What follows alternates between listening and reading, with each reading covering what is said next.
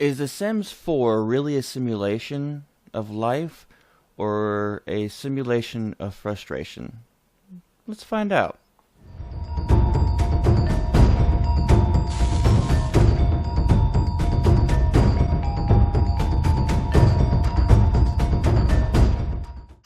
Hi everybody, welcome back to the Daily Gamer Opinion. I am Joe the Widget Wilson, and let's go ahead and talk about Sims 4 today.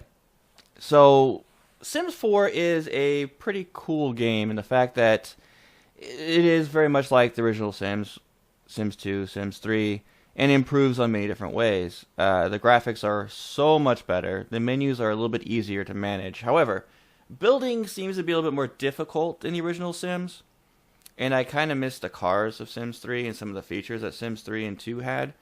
All in all, though, Sims 4 is pretty decent.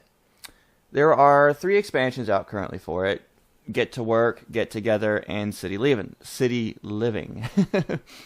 Sims 4 is a simulation game. It's supposed to simulate life. I kind of look at it as a way of exploring different avenues of life that you wouldn't normally do in real life, and having fun with it.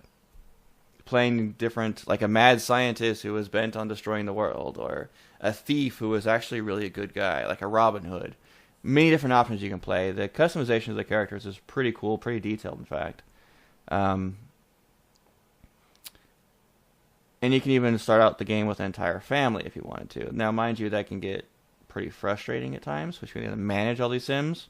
Because like in every Sims, you have to worry about their basic needs. Their food, their potty, their if they're smelly or not, their fun, their social aspect. And you got to manage that to make them happy, and while doing well at work. Now, Get to Work, the first expansion that came out for Sims 4, really expand on the idea of the job, where you can actually go with your Sim to their job. Detective, scientist, doctor, and I think there's one more.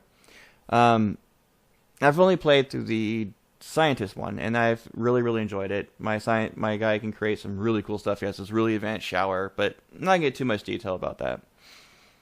Get Together adds more of a, well, like I said, it's Get Together element. It adds clubs to the game. So you can join or create clubs with requirements. Like, I created the Super Nerd Core, where you can't be a jock. Lifting weights and exercise is strictly prohibited. And their activities include video gaming, laboratory experiments, building rocket ships, the nerdy stuff. And you can even set requirements like they have to be a scientist, it has to be in a scientist career field, they have to be a gamer, they have to be a doctor, things like that nature. And you can really customize that, and at any time you can click on your little tab for your club and do a get-together. And wherever your designated get-together spot is, whether it's where your Sim is in their home or an actual location that you rented out to do that. It adds some really cool elements. City Living adds the actual city into the game. Not only does it include apartments, so you don't have to worry about, or condos, if you will, because you can actually rearrange the inside of the building. You just can't change the outside of the walls. But you can change around the inside walls as you see fit. So it is like a condo. And there's really cool things that each condo has different traits. They can be haunted. They could have gnomes that go around and fix things in the middle of the night, and various different traits. So it adds a different element to it. Like, my guy had an apartment that was haunted, and that ghost wasn't a very polite ghost. It wound up lifting and shaking and breaking things in the house, and even eventually became his friend. Then I found an apartment later on that was more expensive, but actually had gnomes that would go and fix things, and it was something else where random bits of money would be left out in the apartment. It was actually pretty neat. But it also adds something even better to the game. City Living adds conventions. Yep, GeekCon, Spice Festival, even swap meets. You can find unique furniture and things like that. Each one of them adds a little bit more to the game than just what it is. Like Get to Work, it really was mostly just about the jobs, really going to work, and adds a little bit extra items that are unique to the different jobs. Get Together added the club element to it, and a few other little tidbits I just can't remember right now. Get Together's the last one recently I recently purchased. But like usual in EA, they like to suck you dry of all your money. So they add game packs, which are like expansions, but a little bit smaller, a little bit less to them. Vampires, which I have not purchased, and I refuse to do so. I hate vampires. Like zombies, hate them. Which adds spells, and you can basically make your sim immortal. But I kind of like the aspect of having the full life cycle of my sim and passing on their fortune and their traits to their children. And kind of creating generations off of that. And Vampires kind of negates that. Dining Out adds the ability... also Get to Work added the ability to own stores. That was the coolest feature of Get to Work. You can own your own store. Like, I had a guy who was a painter, an artist. So he would sculpt and he'd paint. And he had a store where he sold his paintings and his sculptures. And I set the prices for it. And you can hire and fire employees. Really, really cool feature of the game. And Dining Out, it gives you the option to go on dates. Instead of just going to like a bar or a park on a date like you used to be able to do in Sims. Now you can actually go out to a restaurant, be seated, have a meal. And on top of that, you can actually own restaurants. Really cool feature to it. Spa day, basically you can own a spa. You can go to a spa.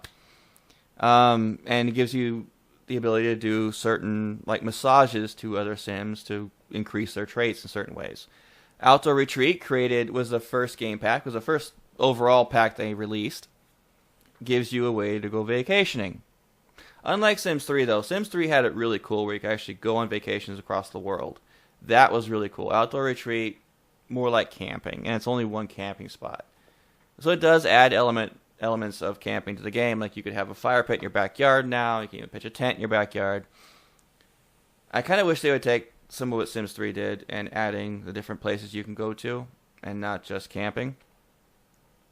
That would be pretty cool. And I think they need to add more stores and things that you can do, like owning it. Well, I think you can own a gym, but I'm not sure. I have to check that out. Actually, that's an interesting thought. See if you can charge a membership to it or whatnot, because most gyms in the game are free, which is weird.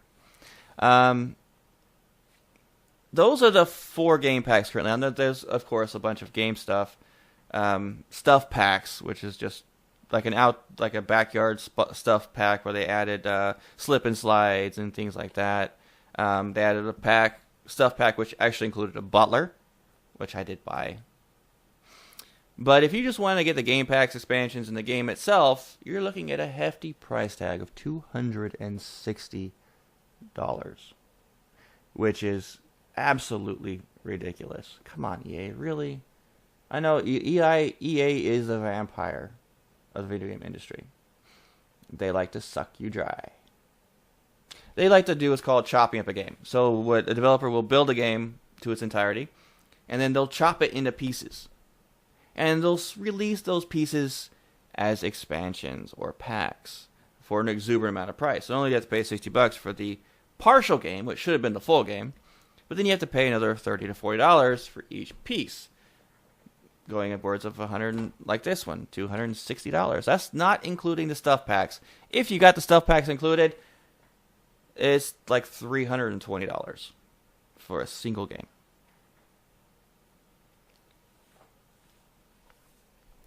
It's stupid.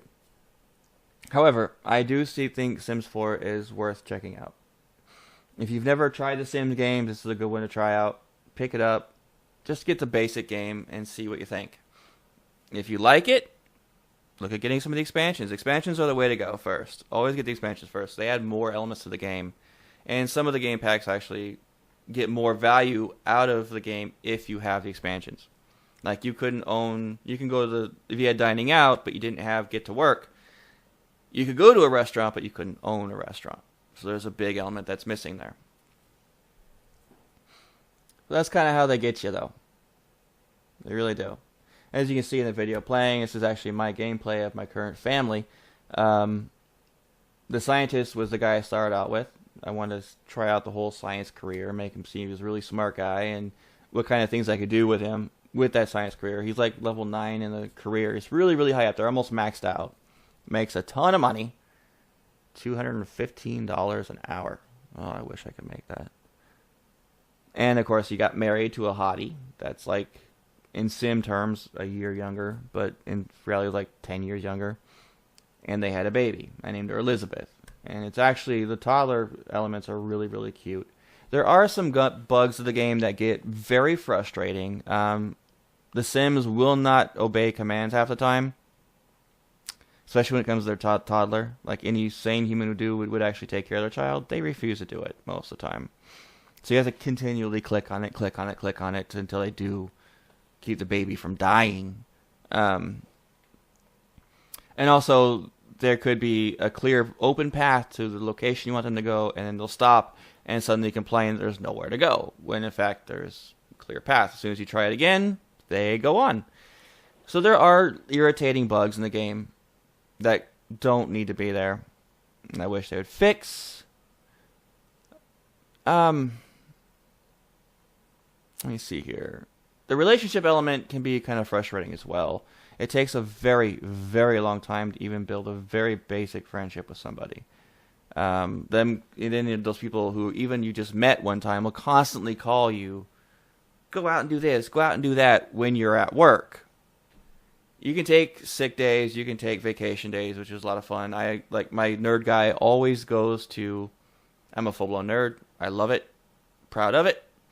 He always goes to the Geek Con when it comes into town, takes a vacation day for it and does it.